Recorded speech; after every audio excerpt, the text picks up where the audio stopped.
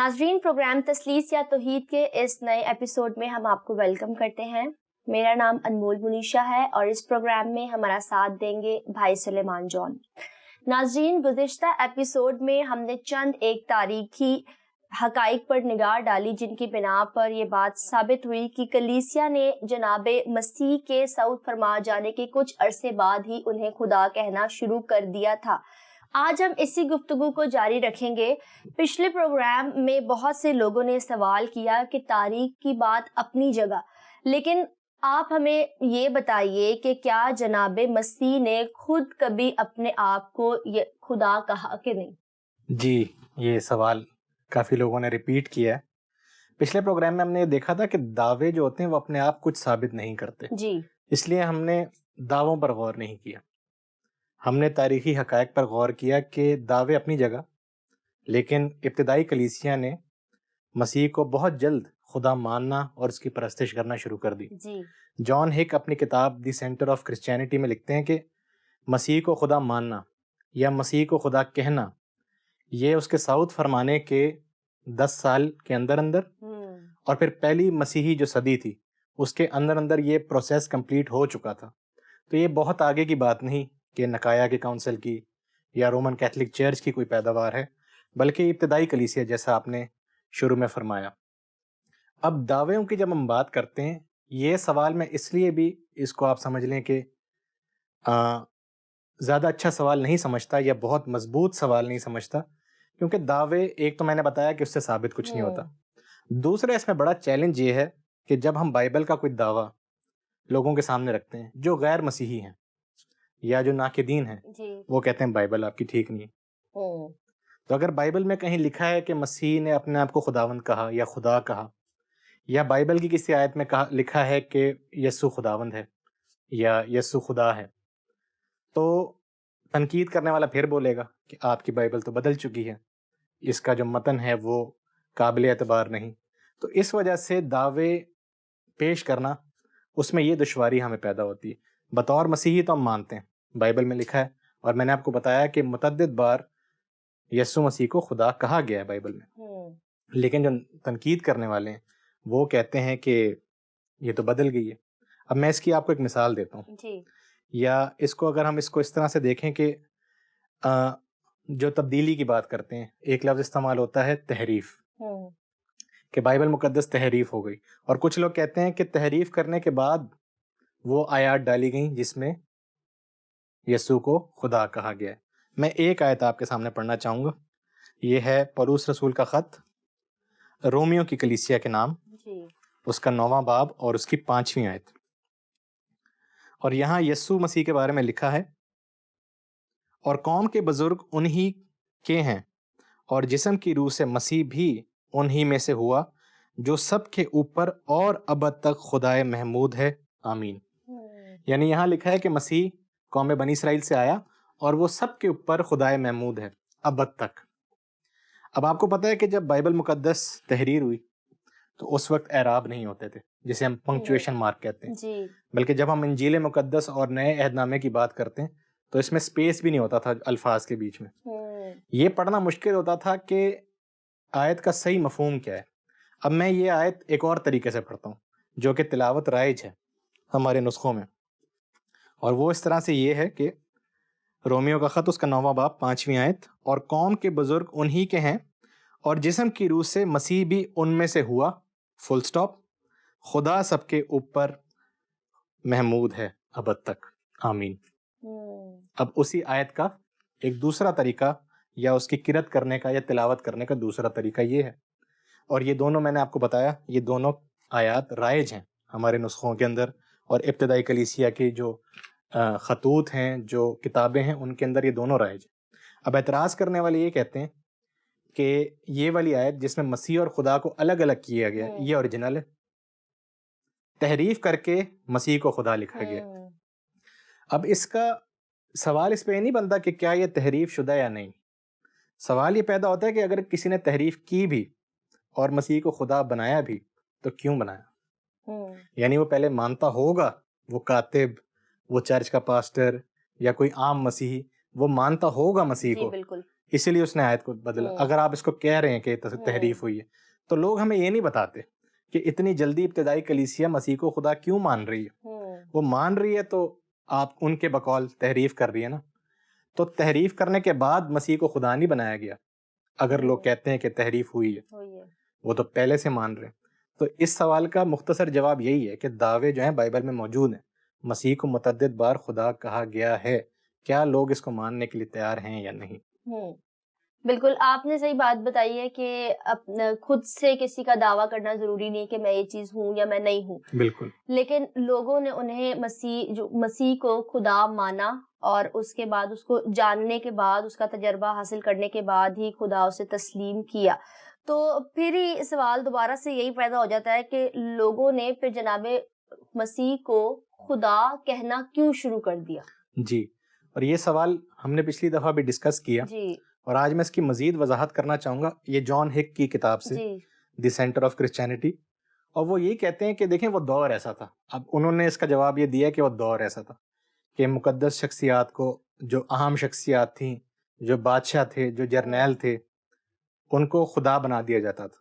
ان کی موت کے بعد ان کے بارے میں اس طرح کی باتیں مشہور ہوتی تھیں، ان کے کرامات، ان کے معجزات، تو ان کو خدا بنا دیا جاتا تھا. پھر ان کے مندر بھی بنا دیے جاتے تھے. اور یہ ہمیں پتہ ہے جیسے کیسر جو روم کے بادشاہ ہوتے تھے ان کو باقاعدہ پوجا جاتا تھا ان کی موت کے بعد بھی.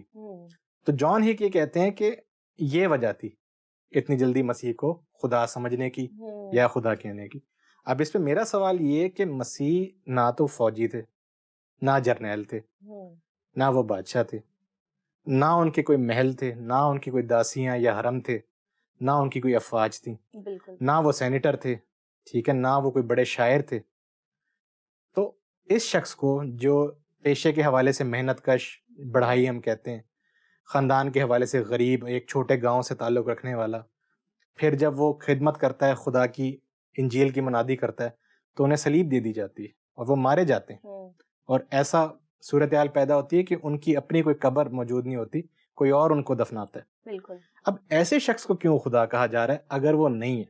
لوگ یہ نہیں سمجھتے کہ کیوں. یہ لوگ ہمیں بتائیں، آ کے جو تنقید کر رہے ہیں وہ آ کے ہمیں سمجھائیں کہ خدا کے لیے جو کینڈیڈیٹس ہوتے ہیں، سی ویز جو ہوتی ہیں باقی جو دنیا کے خدا ہیں ان کی اور مسیح کی فرق ہے. کمزور، حلیم، غریب شخص کو کون خدا بناتا ہے؟ بالکل ٹھیک ہے. اس کے علاوہ میں ایک اور آپ سے سوال کرنا چاہتی ہوں کہ تاریخ کے علاوہ دیگر علوم کو جب ہم زیر بحث لے کر آتے ہیں تو ہم جناب مسیح کی الوہیت کی بات کرتے ہیں، ٹھیک ہے.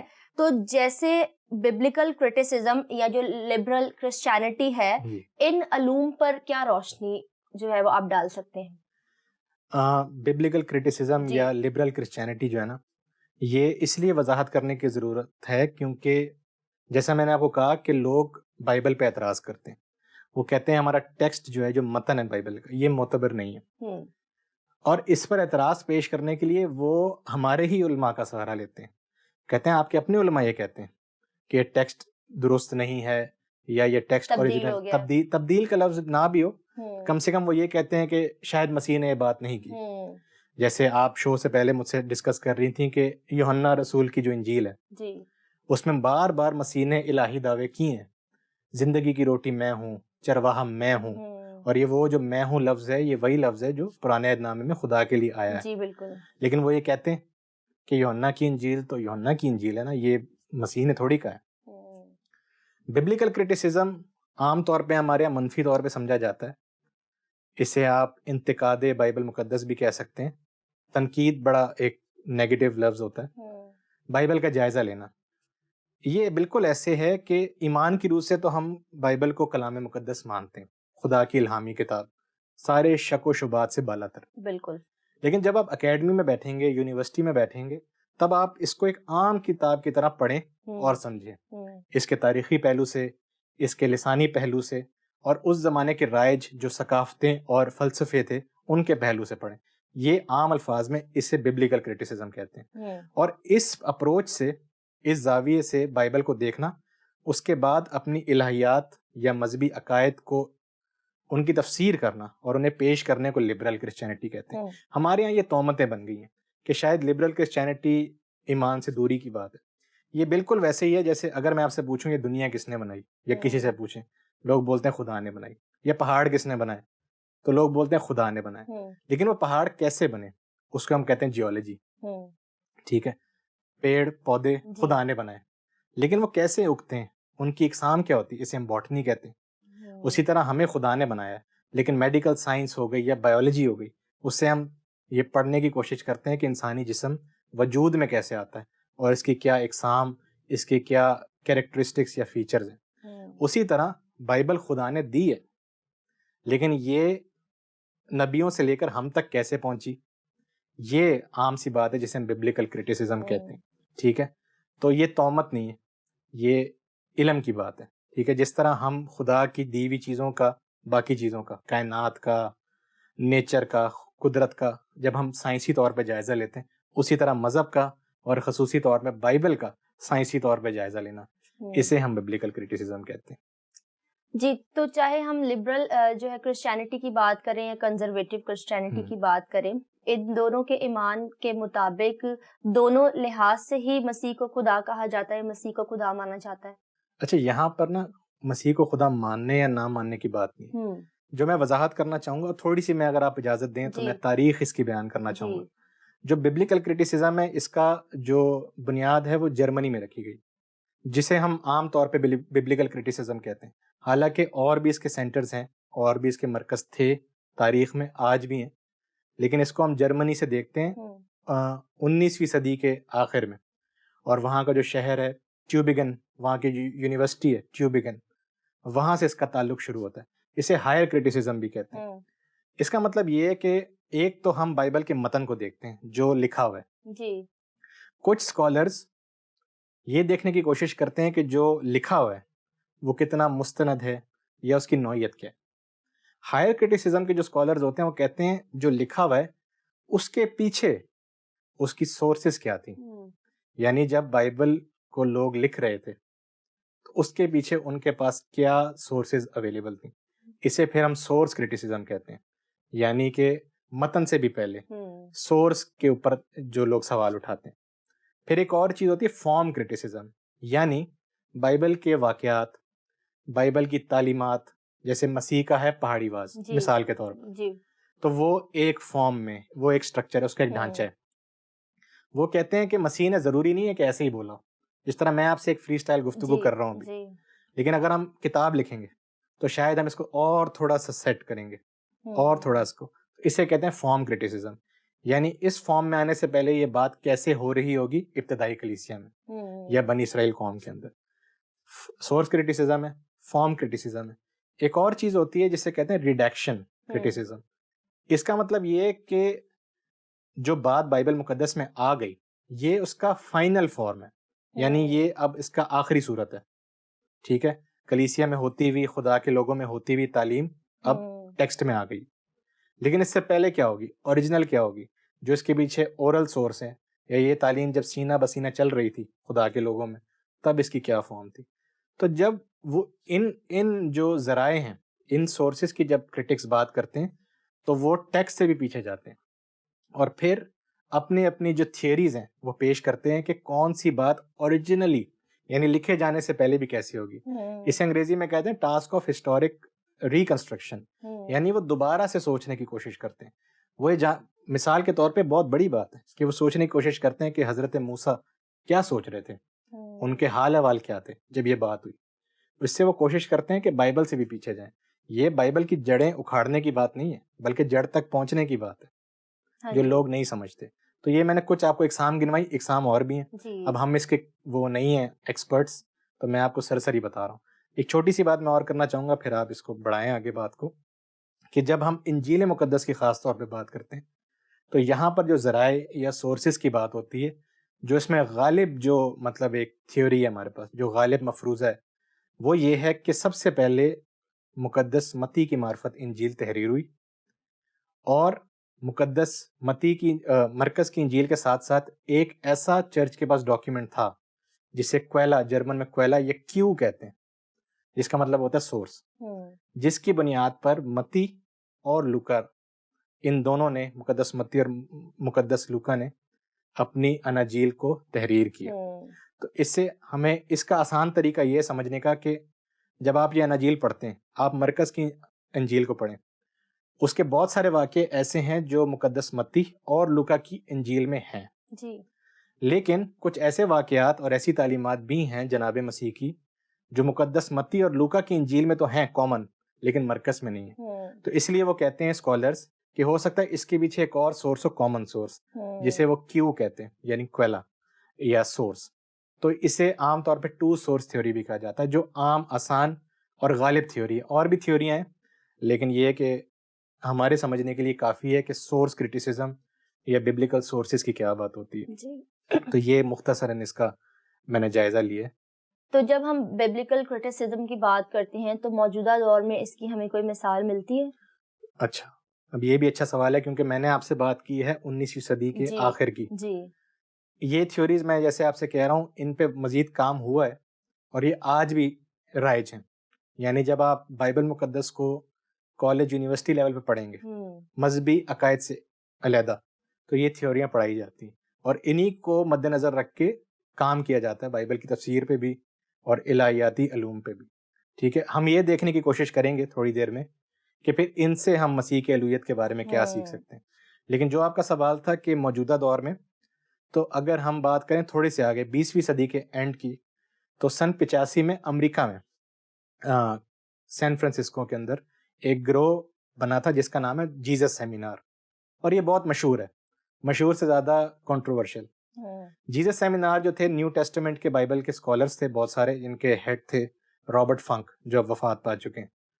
انہوں نے جیزس سیمینار بنایا اور انہوں نے انجیل مقدس کی ہر وہ آیت جو جناب مسیح سے منسوب ہے اس کا تاریخی جائزہ لیا، اور پھر انہوں نے ایک کتاب شائع کی جس میں انہوں نے ثابت کرنے کی کوشش کی کہ کون سی آیات جناب مسیح کی، کون سی باتیں وہ ہیں جو اوریجنل ہیں، یعنی جناب مسیح سے آتی ہیں، کون سی وہ باتیں ہیں جو چرچ نے جناب مسیح کے ہونٹوں پہ ڈالی ہیں، اور کون سی وہ باتیں ہیں جو آگے کے رائٹرز نے کلام مقدس میں شاید ڈالی.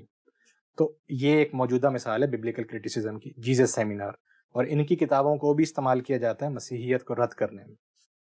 اور عام طور پر میرے اور آپ کے بھی سننے میں یہ بات کبھی نہ کبھی آئی ہوگی کہ جب کچھ لوگ جو ہیں وہ تنقید کی نگاہ سے بائبل مقدس کو پڑھتے ہیں، تو ہم نے بھی کافی گواہیاں سنی ہے کہ پڑھنا انہوں نے تنقید کی نگاہ سے شروع کیا تھا، لیکن کئی دفعہ جو ہے وہ بائبل کی آیات اور ہسٹری میں جانے کی وجہ سے ان کی زندگی میں تبدیلی واقع ہو جاتی ہے.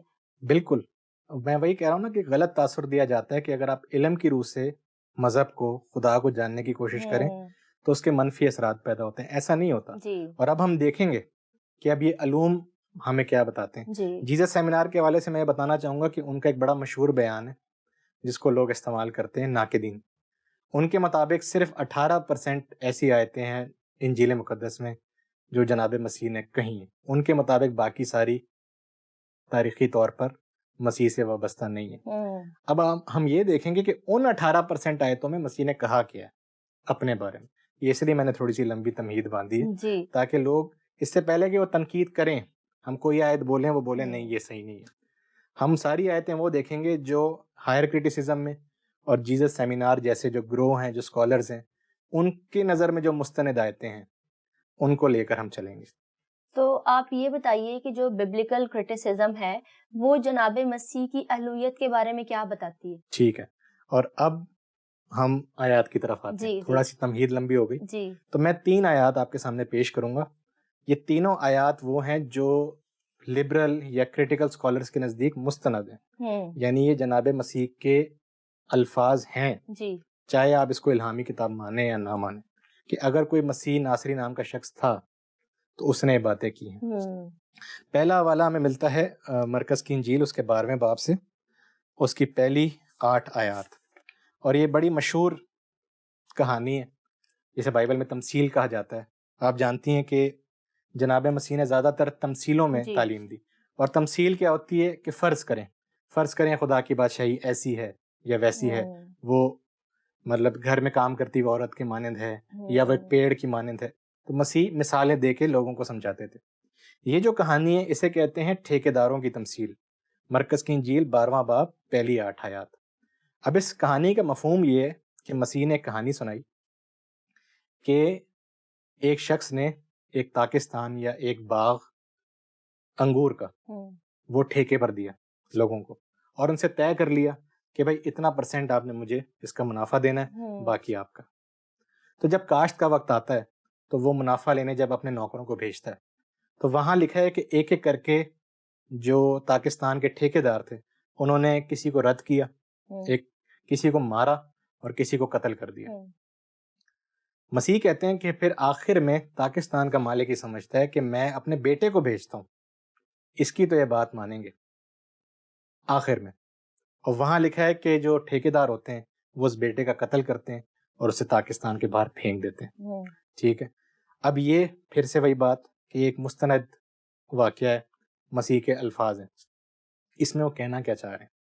اب آپ یہ دیکھیں کہ بائبل مقدس میں پاکستان علامت ہے بنی اسرائیل قوم کی، یعنی وہ یہ کہنا چاہ رہے ہیں کہ بنی اسرائیل قوم جو ہے وہ خدا نے وہ جو زمین ہے یا جو قوم ہے وہ ٹھیکے پر دی ہے۔ ٹھیکیدار کون ہے؟ ٹھیکیدار اس قوم کی رہنما، مذہبی اور سیاسی۔ جب ان کے پاس خدا اپنے نوکر بھیجتا ہے یعنی پیغمبر، تو کسی کو وہ رد کرتے ہیں، کسی کو وہ مارتے پیٹتے ہیں اور کسی کو جان سے ہی مار دیتے ہیں۔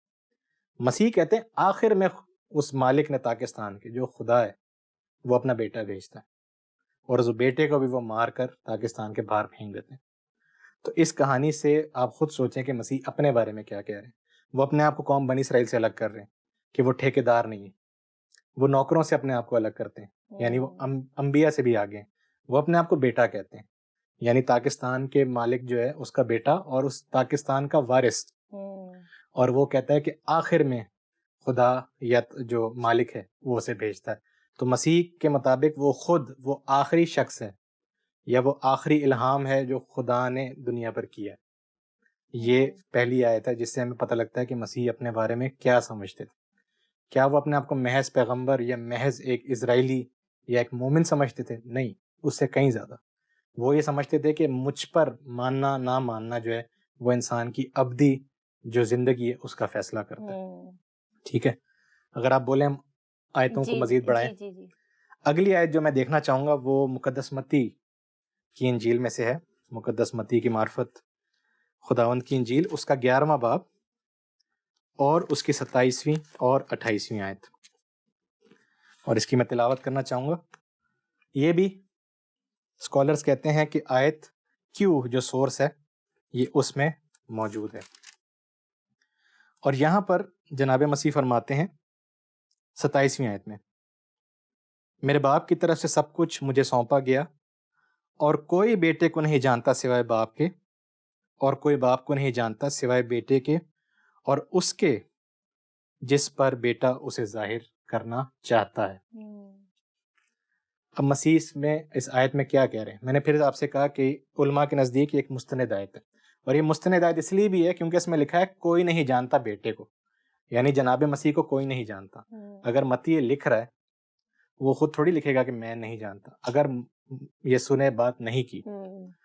اس میں یسوع مسیح یہ نہیں کہہ رہے کہ مجھ پر وہ ایمان لاتا ہے جس پر خدا باپ ظاہر کرتا ہے، وہ کہہ رہا ہے خدا باپ پر وہ ایمان لاتا ہے جس پر میں ظاہر کرتا ہوں۔ اب اس بات کا کیا مطلب ہے؟ یہ بھی لوگ سوچیں کہ اگر یہ الوہیت کا دعویٰ نہیں ہے تو یہ الوہیت سے کم بھی نہیں، یعنی مسیح اپنے آپ کو وہ مکاشفہ یا وہ کشف کرنے والا، وہ اپنے آپ کو صاحب الہام سے بھی زیادہ الہام کرنے والا کہہ رہے ہیں کہ میں وہ ذات ہوں کہ جب تک میں خدا کے بارے میں لوگوں کو نہیں بتاؤں گا کوئی باپ تک نہیں جا سکتا۔ یوحنا کی انجیل میں نہیں ہے، یہ متی کی انجیل میں، اور متی کی انجیل سے بھی پہلے کیو سورس کے اندر مسیح کی یہ بات ہمیں ملتی ہے۔ اور آخری آیت جس پر میں روشنی ڈالنا چاہوں گا متی کی انجیل میں سے ہی، اس کا 10واں باب اور اس کی 40ویں آیت، مقدس متی کی معرفت انجیل، اس کا 10واں باب اس کی 40ویں آیت۔ اس کا مفہوم یہ ہے کہ مسیح یسوع نے اپنے شاگردوں کو تبلیغ کے لیے بھیجا ہے، تو وہاں وہ کہتے ہیں جو تم کو قبول کرتا ہے وہ مجھے قبول کرتا ہے، اور جو مجھے قبول کرتا ہے وہ میرے بھیجنے والے کو قبول کرتا ہے۔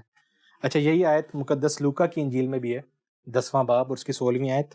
وہاں ترتیب فرق ہے کہ وہ کہتے ہیں کہ جو تمہیں قبول نہیں کرتا وہ مجھے قبول نہیں کرتا، اور جو مجھے قبول نہیں کرتا وہ میرے بھیجنے والے کو قبول نہیں کرتا۔ اب اس میں بھی آپ دیکھیں کہ ترتیب غلط ہے. جناب مسیح کو یہ کہنا چاہیے تھا کہ جو خدا پر ایمان لاتا ہے وہ مجھ پر ایمان لاتا ہے, جو مجھ پر ایمان لاتا ہے وہ تم پر بھی ایمان لائے گا کیونکہ تمہیں میں نے بھیجا.